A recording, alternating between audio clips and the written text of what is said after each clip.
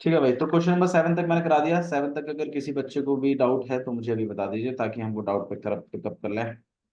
बता दीजिए question number 7 तक आपका टेस्ट। हाँ बताइए। छठा और सातवां क्वेश्चन नंबर 6 पढ़ दीजिए नवीन, क्या लिखा हुआ है फिर इसी बात पर। नहीं यार, इस तरीके से कैसे पढ़ाई होगी। Of 1.5 meter tall boy standing at some distance from a 30 meter tall building. Meaning क्या है इसका? एक 1.5 मीटर का लड़का ठीक है, तो 1.5 मीटर टॉल बॉय है जो कुछ दूरी पे खड़ा है, 30 मीटर ऊंची बिल्डिंग। बहुत बढ़िया, तो एक 30 मीटर ऊंची बिल्डिंग है और वो कुछ डिस्टेंस पर खड़ा हुआ है इस बिल्डिंग से। The ठीक है, angle of elevation from his eyes to the top of the building increases from 30 to 60 as he walks towards the building. Meaning बता दीजिए। एंगल उसकी आप उसकी जो एंगल ऑफ एलिवेशन बन रहा है ऊपर देखने का, तो वो इंक्रीज हुआ 30 से 60 या वो आगे बढ़ रहा है। बहुत बढ़िया, बहुत अच्छा बताया भाई। जैसे ही बच्चे की आंख से अगर हम बिल्डिंग के टॉप को देखें तो एंगल ऑफ एलिवेशन में बढ़ोतरी हो रही है 30 से 60 डिग्री की, जैसे जैसे वो बच्चा बिल्डिंग के तरफ बढ़ रहा है। तो आप देखिए, दोनों लोकेशनों से हम टॉप को ही एनालाइज कर रहे हैं। ठीक है, तो पहले बच्चा पीछे था, अब वो आगे आ गया है बिल्डिंग की तरफ, तो आपका एंगल ऑफ एलिवेशन 30 डिग्री से कितना हो गया? 60 डिग्री। कंसेप्ट बिल्कुल क्लियर रखिए। 7 क्वेश्चन आएंगे तो आगे के भी आ जाएंगे, पर 7 तक अगर डाउट है और आप आगे बढ़ने की कोशिश करेंगे तो बिल्कुल नहीं है। ठीक है, तो यहाँ पर ये ए है, दिस गोना बी बी, ये सी है, यहाँ पे ये डी, ये ई, यहाँ एफ और ये जी। हाँ जी, अब बताइए इसमें। तो हमें जो फाइंड आउट करना है, ये पूछा गया होगा शायद क्वेश्चन में कि वो कितना आगे बढ़ गया। अब मैंने आपसे कहा था जब कभी इस तरीके का डायग्राम हो आप अपने ट्राइंगलों में देखें। अच्छा, बिल्डिंग की टोटल ऊंचाई कितनी थी? तो इसको लिख देते हैं 30 मीटर। थोड़ा सा दूर लिखा करो, ठीक है, और आपके जो मेन जो वैल्यूज हैं उनको यहाँ लिखा, जिससे आप 30 कुछ से कंफ्यूज ना हो बार बार। ठीक है, अब आप खुद सोचिए ना यार, ये वाला लेंथ जो है, लड़के की लेंथ कितनी थी? 1 पॉइंट, तो 1.5 मीटर यार यहाँ पर भी तो होगा। तो जो बाकी का बच गया ये कितना होगा? आंसर है 28.5। ये बात आपको ध्यान रखनी, टोटल 30 था, नीचे वाला 1.5 है, तो बाकी जो बच गया वो हो गया 28.5 मीटर। किसी को डाउट है इसमें? तो अभी सही है, यहाँ तक आगे बढ़ाएं। ठीक, अब हमें जिन ट्राइंगलों में बात करनी है नवीन, वो कौन कौन सी ट्राइंगल है वो बताइए।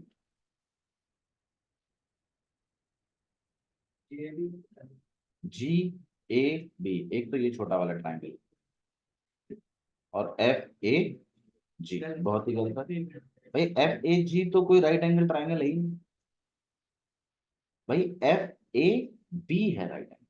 हम राइट एंगल ट्राइंगलों में बात करते हैं, हमारा ट्रिग्नोमेट्री जो है वो कौन से ट्राइंगलों में काम करता है?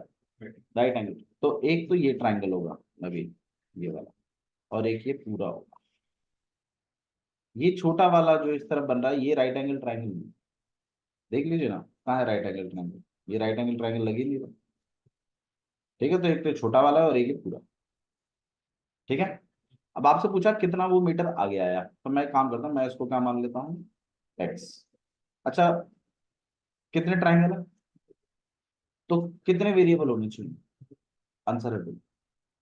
सही है, तो एक हमने एक्स मान लिया, इसको आप क्या बना लीजिएगा? वाई बना लीजिए, और आप अपना काम शुरू कर सकते हैं इसमें। ठीक है,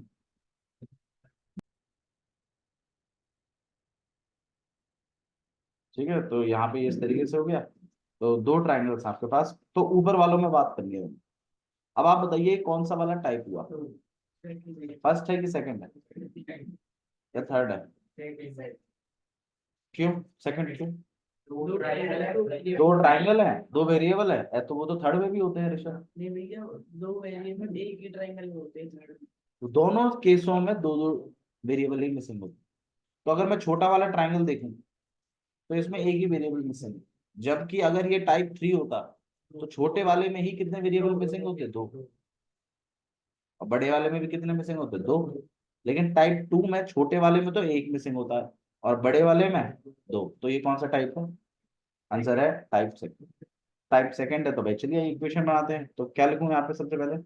इन ट्राइंगल ए जी, और दूसरा हम लिख रहे हैं यहाँ पर इन ट्राइंगल, बहुत बढ़िया, इन ट्राइंगल ए एफ, बताओ कौन सा ट्रिक, बहुत बढ़िया, 10 16। 10 क्या होता है, परपेंडिकुलर कौन है,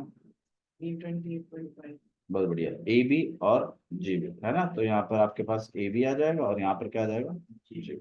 10 30, हाँ भाई 10 30 परपेंडिकुलर अपॉन बेस, परपेंडिकुलर कौन है, ए बी, और बेस कौन है, एफ बी। नवीन नहीं आया, आप बताइए नवीन, 10 60 की वैल्यू, ए बी की वैल्यू 28.5, जी बी की वैल्यू वाई। इस पूरी इक्वेशन में कितना मिसिंग है, कौन सा, कितने वेरिएबल मिसिंग है, ठीक है वो निकाल सकते हैं। 10 30 बताइए, 1/, ए बी की वैल्यू कितनी है, 28.5, और एफ बी की x प्लस, इसको हम अच्छे से लिख लेते हैं, x plus y equal to 28.5 √3।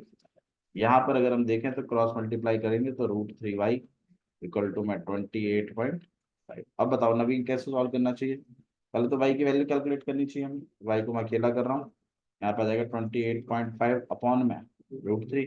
अब क्या करेंगे, रैशनलाइज, तो रैशनलाइज के लिए सेम, तो यहाँ हो जाएगा 28.5 √3, और √3 इंटू √3 3 से 1/9 27 एंड 5, तो यहाँ पे आ जाएगा 9.5 √3।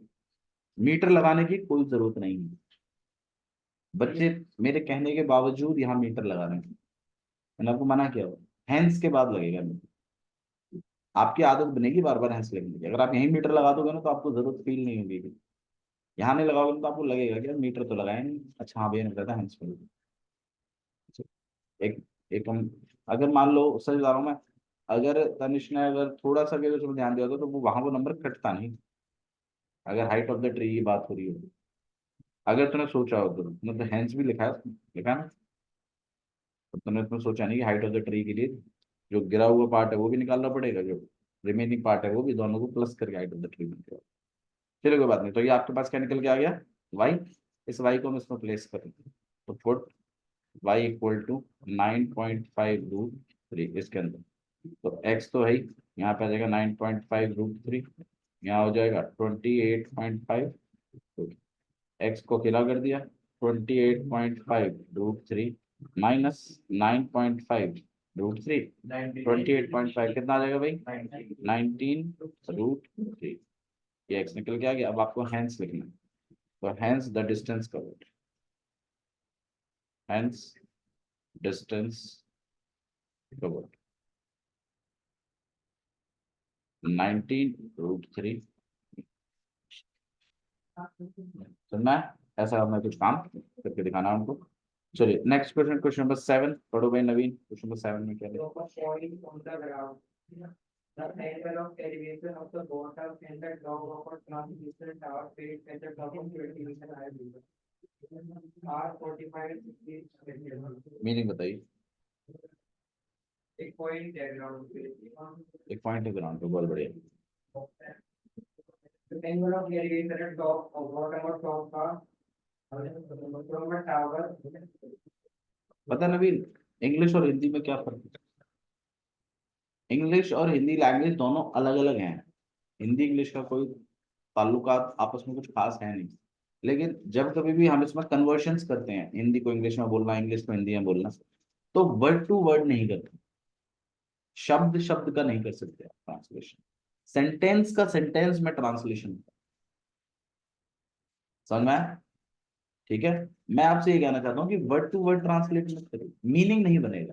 अभी स्टोरी पूरी पढ़ लीजिए इंग्लिश में, और उसके बाद आपको जो समझ में आया ना मुझे वो बता दीजिए, मैं आपसे Hindi conversion word to word का नहीं पूछ रहा, सेंटेंस का बताइए, आप पूरी स्टोरी पढ़ लीजिए, मुझे स्टोरी समझा दीजिए बस, क्या है उसके हिसाब से हम डायग्राम बनाएंगे, ऐसी अप्रोच आप भी रखिए क्वेश्चन करते टाइम, वर्ड टू वर्ड मत बनाइए डायग्राम, आप पूरी स्टोरी पढ़ लीजिए, समझ लीजिए, समझ में नहीं आती तो मेरे से पूछिए, आप स्टोरी आराम से पढ़िए कोई दिक्कत नहीं है, बट एक बार पढ़ ली तो फिर डायग्राम फिर मतलब बनना चाहिए, फिर इतना दम रखो कि फिर आप मुझे वर्ड टू वर्ड ना बताएं, सेंटेंस टू सेंटेंस बताएं। ठीक है नवीन, अब तो आप बता दो क्या क्या स्टोरी है। एक वो टावर है, ट्रांसमिट टावर, जो एक 30 मीटर, 30 मीटर नहीं, 30 मीटर ऊंची बिल्डिंग थी। बहुत बढ़िया। तो एक 20 मीटर की ऊंची बिल्डिंग है, तो 20 मीटर की ऊंची बिल्डिंग बना देते हैं। ठीक है, एक 20 मीटर की ऊंची बिल्डिंग बन गई, इसके ऊपर सिचुएटेड है एक टावर, तो ये अपना टावर हो गया। ठीक है, यहाँ पर ए, यहाँ बी, और ये सी, और ये हो गया ग्राउंड, और इस ग्राउंड से इस टावर के टॉप को देखा जाता है, और इसी पॉइंट से इसी ग्राउंड के इसी टावर के बॉटम को देखा जाता है। जब बॉटम को देख रहे हैं तो कितना डिग्री, 45 डिग्री, और जब टॉप को देख रहे हैं तो 60 डिग्री। सही है, ठीक है। अब आपसे क्वेश्चन क्या पूछा है? आपसे इस टावर की हाइट पूछी है, मतलब ये ए बी पूछा गया, मतलब ये एच। तो मैं एक काम करता हूँ, मैं इसको पी नाम दे देता हूँ। अब आप मुझे बताइए कितने ट्रायंगल हैं, कौन कौन से बताना नवीन। ए बी बी, गलत। राइट एंगल ट्रायंगल, ये ऐसा ट्रायंगल है बच्चे, क्या ये राइट एंगल ट्रायंगल है?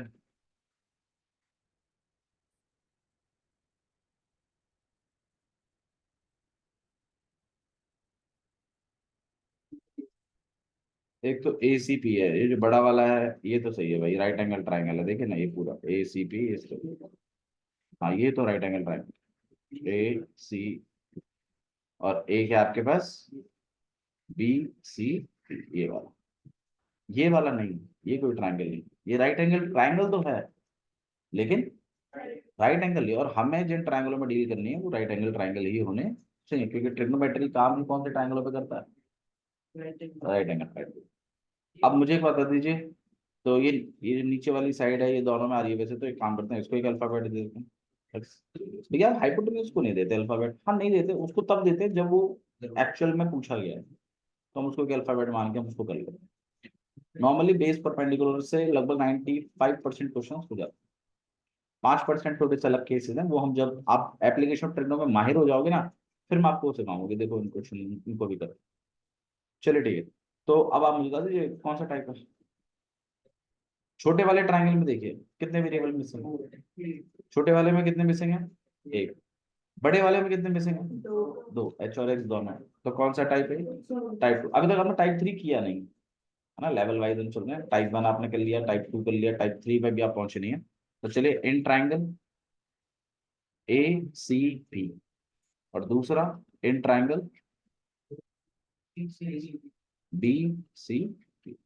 हाँ जी, कौन सा ट्रिग्नो, 10 60, है ना।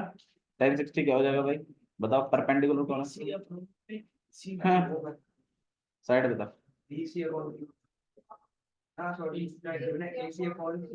हाँ, ए सी अपॉन सी। अब वैल्यू 10 60 की वैल्यू, ए सी की वैल्यू 20 नहीं है, वो तो बी सी की वैल्यू है, एच प्लस 20, 20 एच मत लिख देना भाई, तो 20 + एच, सी पी की वैल्यू, एक इक्वेशन बन गई, दूसरी वाली और बना देते हैं, 10 इक्वल टू में कितना है भाई, बी सी अपॉन में सी पी। 10 45 कितना, बी सी सी पी, सही है। अब यहाँ पे कितने मिसिंग है, यहाँ पे कितने हैं, एक तो टाइप टू की पहचान है। अगर ये टाइप थ्री होता तो इधर कितने मिसिंग है, दो, और इधर भी कितने मिसिंग होते, दो, ये टाइप थ्री की पहचान। तो टाइप टू कैसे करते हैं भाई, जिसमें एक होता है उससे वैल्यू निकाल लेते हैं, क्रॉस मल्टीप्लाई कर लेते हैं, एक्स इक्वल टू कितना आ जाएगा 20, ये तो बहुत सिंपली निकल आई वैल्यू, इसको हाईलाइट कर लीजिएगा और इसमें पुट कर दीजिएगा, पुट एक्स इक्वल टू 20 इसमें, तो यहाँ पे आ जाएगा √3। वैसे तो मैंने आपको कहा था कि क्रॉस करने के बाद पुट किया करो, है ना। तो एक्स की जगह आप क्या लिखेंगे, हाँ भाई, √3 × 20 कितना हो जाएगा, √60 तो नहीं होगा ना, तो यहाँ हो जाएगा 20 √3 इक्वल टू 20 + एच, सही है। और इसके बाद फिर आप h को अकेला करेंगे, तो एक काम करते हैं, 20 को उधर भेज देते हैं, तो 20√3 एंड -20। 20√3 - 20 में क्या करेंगे हम, 20 को कॉमन निकालते हैं अंदर, इक्वल टू में h, तो ये आपके पास h निकला है।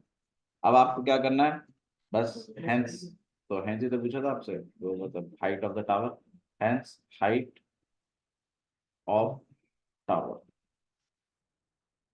कितना है भाई, 20√3 - 1 मीटर। आ गया, ठीक है। क्या बोलते हैं, कह रहे थे कि वो रूट की वैल्यू लिख देता है, रूट की वैल्यू देता है तो पुट करनी है। वैसे भी बहुत बढ़िया, √3 की अगर वैल्यू अगर आपको दे रखी है लगभग 1.73, तो आपको इसमें वैल्यू डालनी, और फिर माइनस करके फिर आपको 20 से मल्टीप्लाई करना, फिर आपका प्रॉपर डेसिमल्स में आंसर आएगा। क्वेश्चन नंबर 8 कर रहे हैं हम लोग, ठीक है। क्वेश्चन नंबर 7 तक मैं आपको ऑलरेडी डाउट्स वाउट सब आपके हो चुके हैं। क्वेश्चन नंबर 8 हम कंटिन्यू कर रहे हैं। देखिए क्वेश्चन नंबर 8 में क्या लिखा है, A statue 1.6 meter tall stand on the top of pedestal। देखो पेडेस्ट्रियल में आपको बता देता हूँ क्या होता है। पेडेस्ट्रियल का मतलब होता है एक स्टेज, ठीक है। नॉर्मली आप जैसे कभी भी चंडीगढ़ साइड या कभी भी ऐसे रोड पे जब आप जाएंगे, तो सर्कुलर होता है मामला। कभी कभी रोड से ऐसे चौराहा टाइप जब आता है, तो इस तरीके से रोड जो है उनके बीच में एक ऐसे सर्कल सा बना हो, और यहाँ पे मतलब स्टैचू होते हैं बहुत सारे, है ना। कहीं तो महात्मा गांधी जी का होगा, या फिर सरदार वल्लभ भाई पटेल जी का होगा। इस तरीके से अलग अलग मॉन्यूमेंट्स के, या कई छत्रपति शिवाजी, इवन आप लोग अगर महाराणा प्रताप बैंकेट हॉल में गए हैं, तो आपने गौर किया होगा महाराणा प्रताप का वो जो घोड़े के ऊपर जो महाराणा प्रताप की वो मूर्ति से लगी हुई है, वो एक स्टेज पे लगी हुई है। छोटा सा एक स्टेज बनाया, उसके ऊपर मूर्ति लगाई उन्होंने।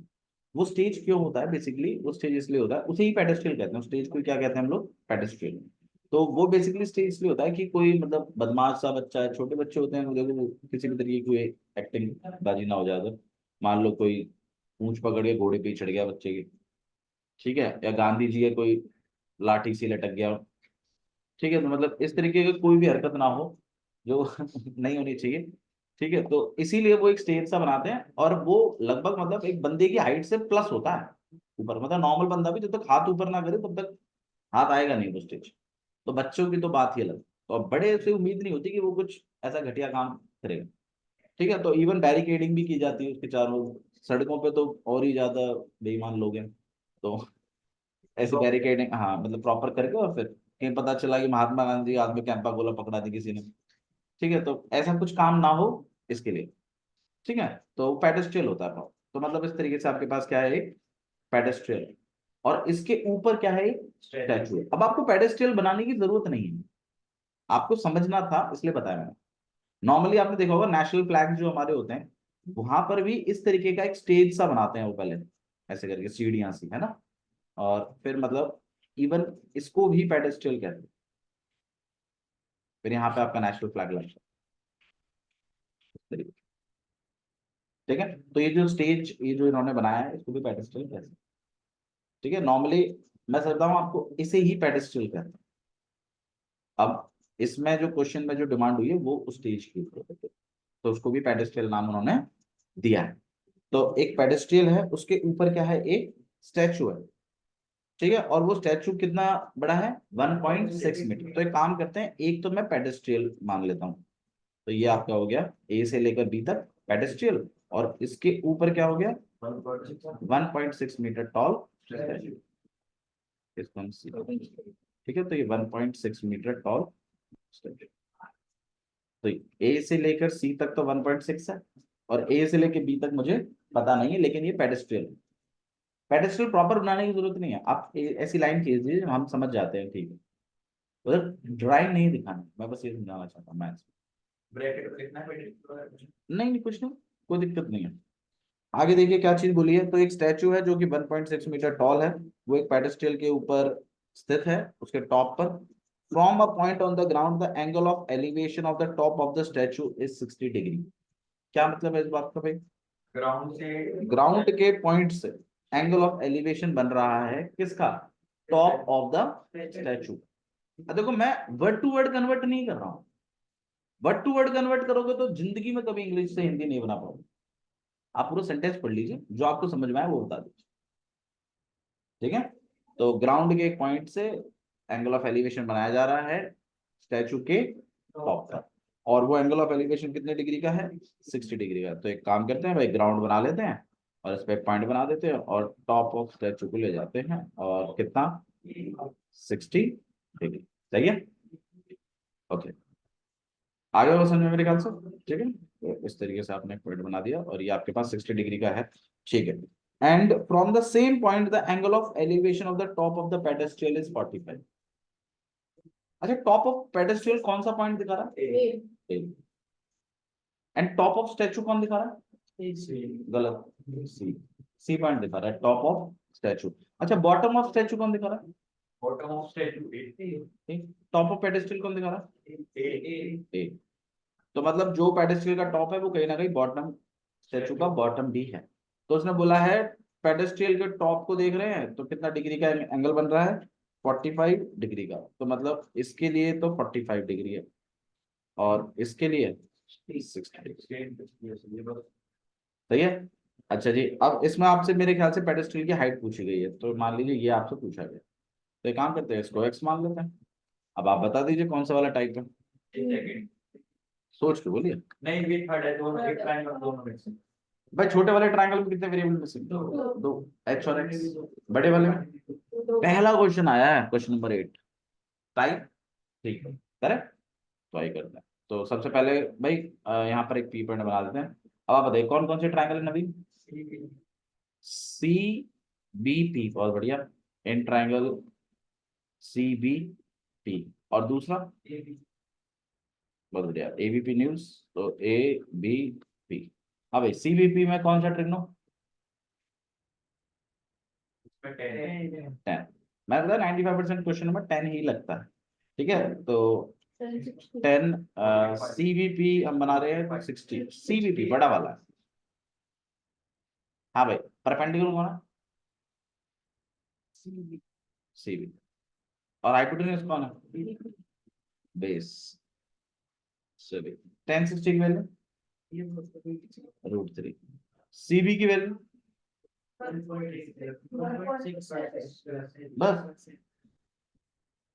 1.6 प्लस एच, और बीपी की एक्स। तो इस पूरी इक्वेशन में दो वेरिएबल मिसिंग है, जैसा हम प्लान कर ही रहे थे पहले से। हमने तो इक्वेशन बनाने से पहले ही डिसाइड कर दिया था कि जो इक्वेशन बनेगी वो कितने वेरिएबल की बनेगी, हमें पहले पता था। चलिए, दूसरा है 10 45, परपेंडिकुलर कौन है भाई, ए बी है ना, एच, हाँ वैल्यू हम डालेंगे वो तो। और देखो 10 45 की जगह ए बी की जगह अपॉन, अब आप मुझे खुद बताओ यार, ये वैल्यूज इंपॉर्टेंट है कि नहीं, वैल्यूज बहुत इंपॉर्टेंट, रेशियो भी बहुत इंपॉर्टेंट। अब जिस बच्चे को वैल्यूज नहीं आती वो पूछ पूछ के तो लिखेगा ना, और पूछ के लिखेगा तो वो ऐसा बच्चा क्या ही कंसेप्ट सीखेगा ना। तो इसलिए मैं आपसे कह रहा था वैल्यूज आप याद करिए, रेशियोज आप याद करिए, बहुत इंपॉर्टेंट।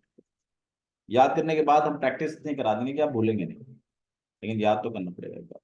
तो यहाँ पे आपके पास हो जाएगा √3x equal to 1.6 plus H, और यहाँ पर x इक्वल टू एच। मेरे ख्याल से इस वाले को यूज कर लें तो ज्यादा अच्छा है। तो हम पुट कर रहे हैं x की जगह क्या, h। तो यहाँ पे √3 और इनटू में h equal to 1.6 and plus में, तो यहाँ पे तो √3h हो जाएगा, और यहाँ 1.6, x की जगह क्या लिख दिया, इक्वेशन यूज करी ना ये, तो x की जगह h चला दिया आपने। अब आप बताओ क्या करना चाहिए, हमें h निकालना है, एच को अलग कर देंगे। h को एक तरफ कर दीजिए ताकि h कॉमन निकल कर वो अपॉन में चला जाए। तो मैं इस h को यहाँ ले आता हूँ, तो यहाँ हो जाएगा √3h माइनस h, यहाँ हो जाएगा 1.6, दोनों में क्या कॉमन है, तो यहाँ हो जाएगा √3 - 1 इक्वल टू, h को हमने अकेला कर दिया, यहाँ 1.6 अपॉन में। अब क्या करना चाहिए, बिल्कुल ऐसे हम रेशनलाइज करें तो यहाँ 1.6 अपॉन में √3 - 1 इंटू में और अपॉन में, यहाँ डिनोमिनेटर में क्या है भाई, √3 का स्क्वायर माइनस 1 का स्क्वायर, यहाँ 1.6 और √3, ब्रैकेट्स का जरूर इस्तेमाल करें, थोड़ा इजी पड़ जाएगा। और फिर आप उसको क्या कर दें, मैंने क्या किया, मैंने रैशनलाइज किया, यहाँ पे माइनस था जानबूझ के से मल्टीप्लाई किया प्लस से। फिर यहाँ 1.6 था, अंदर √3 + 1 हो गया, अंदर मल्टीप्लाई करा के फायदा नहीं है, थोड़ा बहुत कटिंग वटिंग देख सकते। तो यहाँ पे 3 √3 का स्क्वायर 3, 1 का स्क्वायर 1, 3 - 1 2 ने 1.6 को काट दिया कितनी बार पे, 0.8 बार पे, तो ये बस आ गया। अब आपको बस खाली हैंस करके लिखना है, तो ये हैंस करके लिख देते हैं। तो hence height of pedestal, height of pedestal is 0.8 √3 + 1 मीटर। समझ में आ गया? ठीक है, so this is your question number 8। Let's go to question number 9। देखिए क्वेश्चन नंबर 9 में क्या लिखा हुआ है। क्वेश्चन नंबर 9, दक्ष थोड़ा सा पढ़िए क्वेश्चन नंबर 9 को क्या लिखा है। पहले आप लोग पढ़ लीजिए अच्छे से, ठीक है, फिर मैं स्टोरी पूछूंगा आप लोगों से, एक बार पढ़ लीजिए।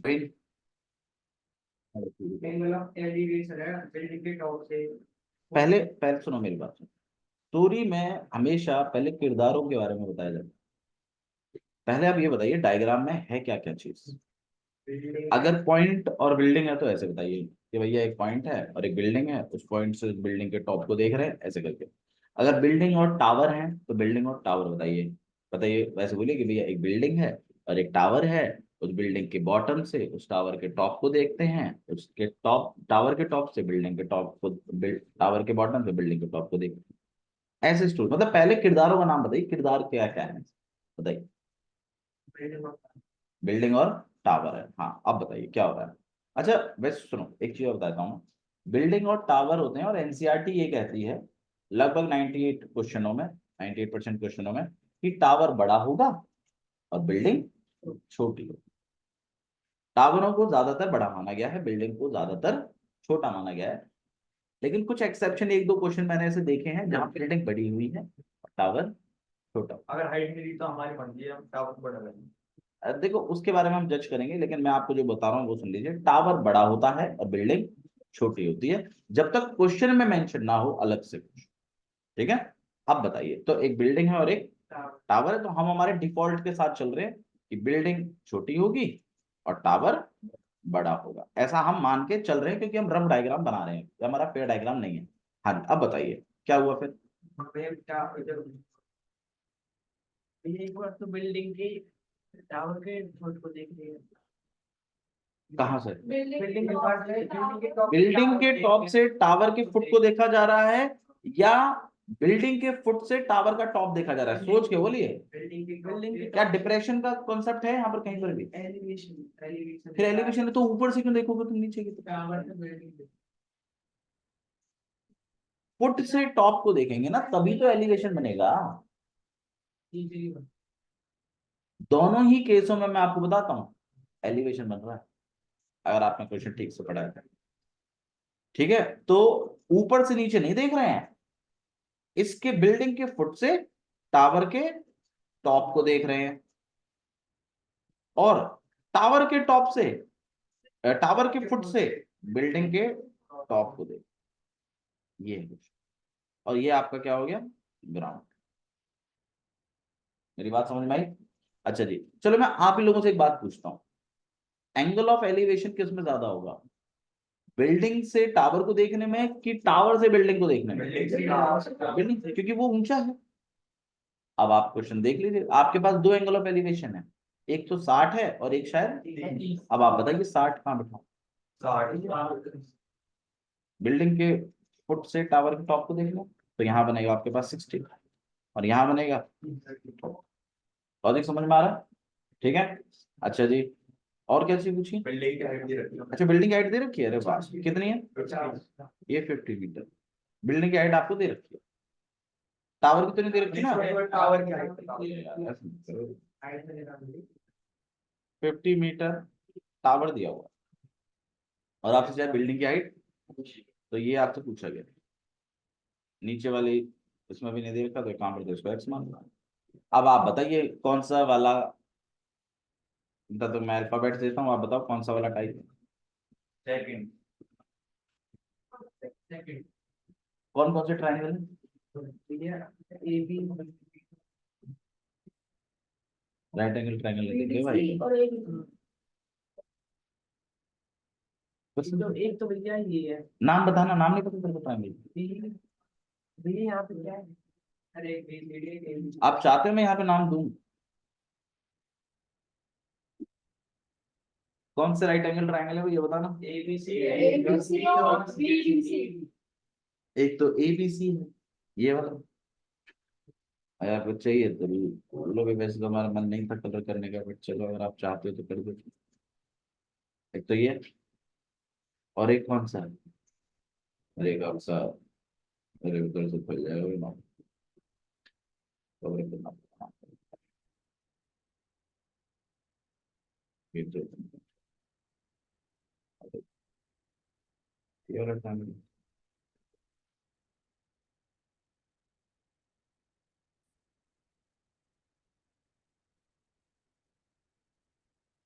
ठीक है, तो एक तो आपके पास ABC हुआ और एक BCD हुआ। तो चलो भाई फटाफट पहुंचते हैं फिर। बताओ कौन कौन से लिखूं इन ट्रायंगल? ABC, ठीक है। और दूसरा ट्रायंगल कौन सा है इन ट्रायंगल? ADC, BC। गलती रखने की गुंजाइश मत रखिए, 100 लाने हैं तो एक पॉइंट भी नहीं है ऐसा जहाँ गलती हो सके। बताओ भाई इन ABC में क्या लिखूं? 10 कितना?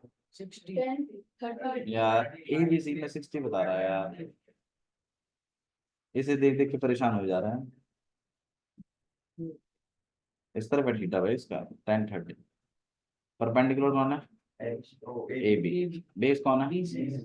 मैं इसलिए आपसे कहता हूँ पार्टिसिपेट क्या, पार्टिसिपेट करने से ही आ जाता। 10 30 की वैल्यू, 1/2 AB की वैल्यू, BC, X तो इसमें चेक दोनों में सेम। दूसरा 10 60 इक्वल टू परपेंडिकुलर कौन है? DC। और बेस कौन है?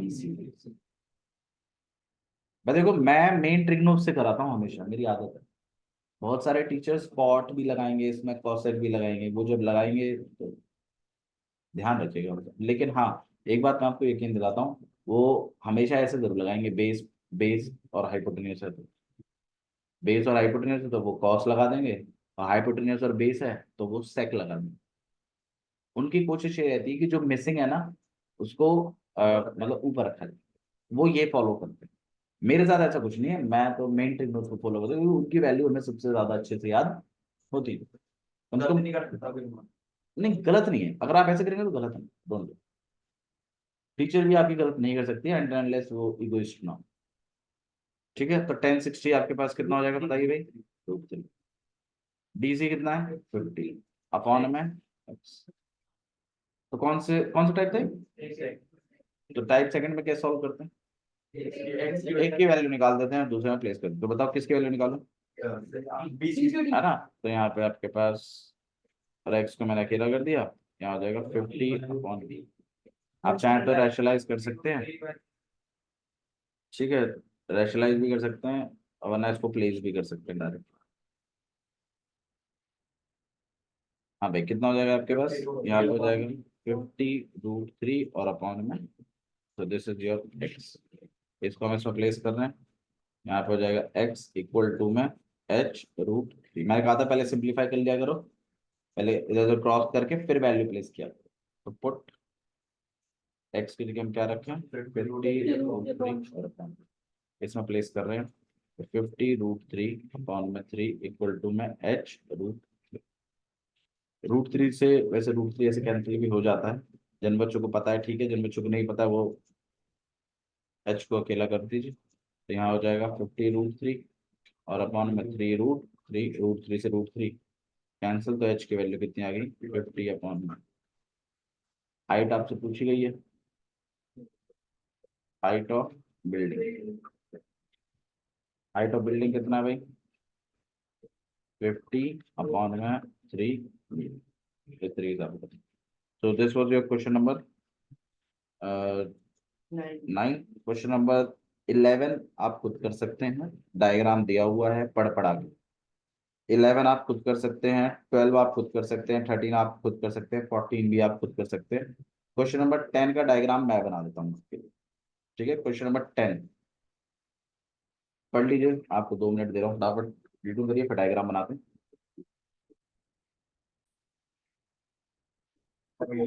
Equal height के ठीक है, तो भाई आपके पास 2 पोल है और बराबर हाइट के हैं, तो मतलब दोनों की हाइट को मतलब आप एच एच मान सकते हैं या एक्स एक्स मान सकते हैं। एक को एक्स एक को वाई मानने की जरूरत नहीं, जानबूझ के वेरिएबल मत बढ़ाइए जब तक बहुत ही ज्यादा रिक्वायरमेंट ना हो।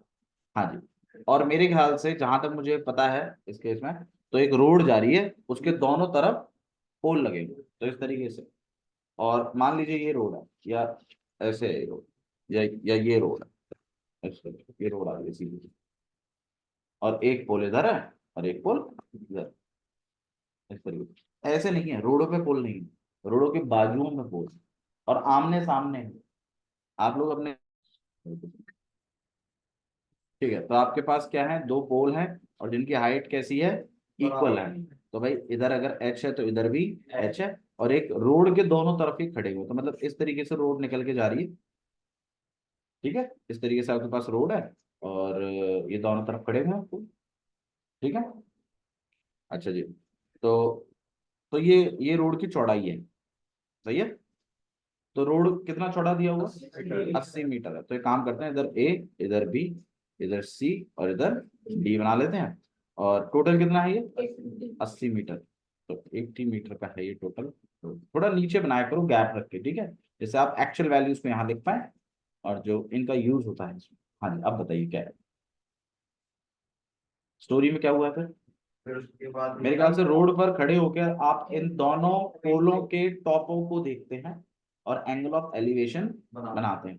एक के साथ 60 बनाते हैं, एक के साथ, अच्छा मुझे एक बात बताओ, जिस पोल के साथ आप 60 बना रहे हैं उसके नजदीक है या उससे दूसरे, उसके ज्यादा नजदीक है, क्योंकि दोनों पोलों की हाइट बराबर है। अब जिसके ज्यादा नजदीक हो एंगल ऑफ एलिवेशन उसी के साथ ज्यादा बनता है। मैंने बताया था जितना आप ऑब्जेक्ट के नजदीक हैं उतना आपको उसको देखने के लिए मुंह ऊपर करना पड़ेगा।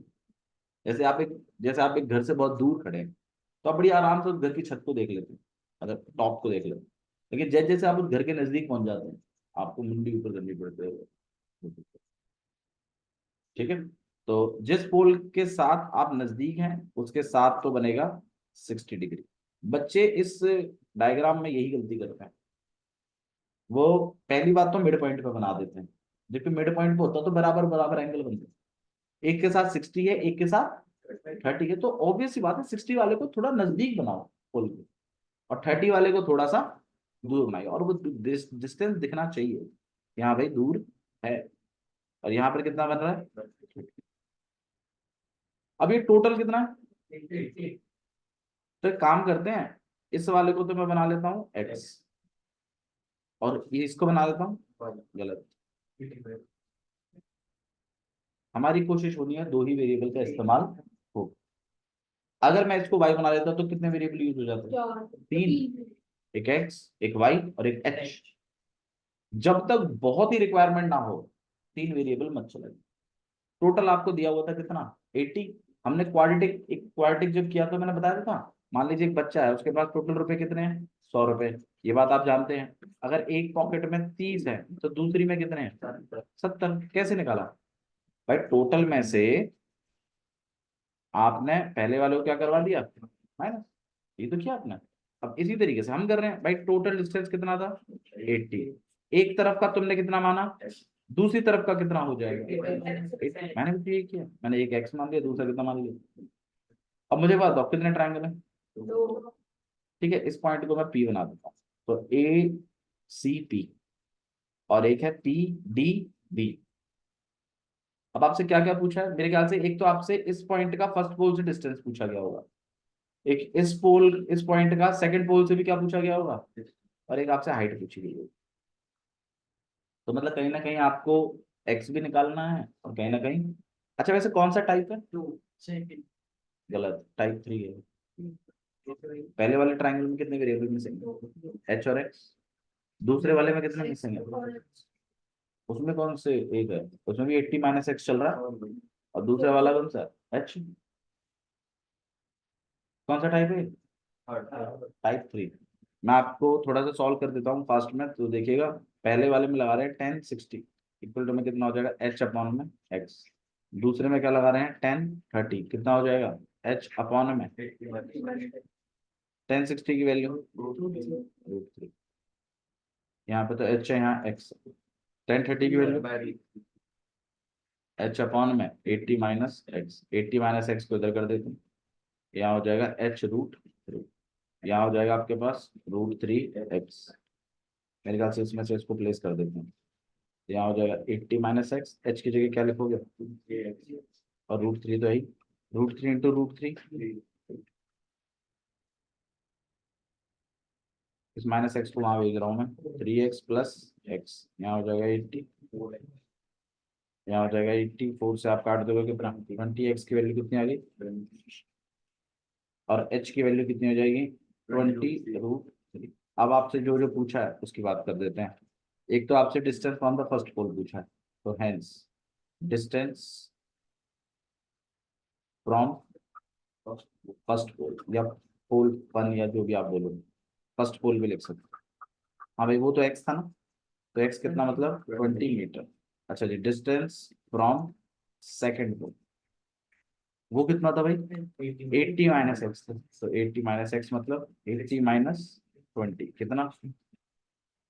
और एक आपसे क्या पूछा गया है, हाइट, हाइट ऑफ पोल वो कितना है, 20√3। इस तरीके से, ठीक है, सुनना, चलिए ठीक, बस।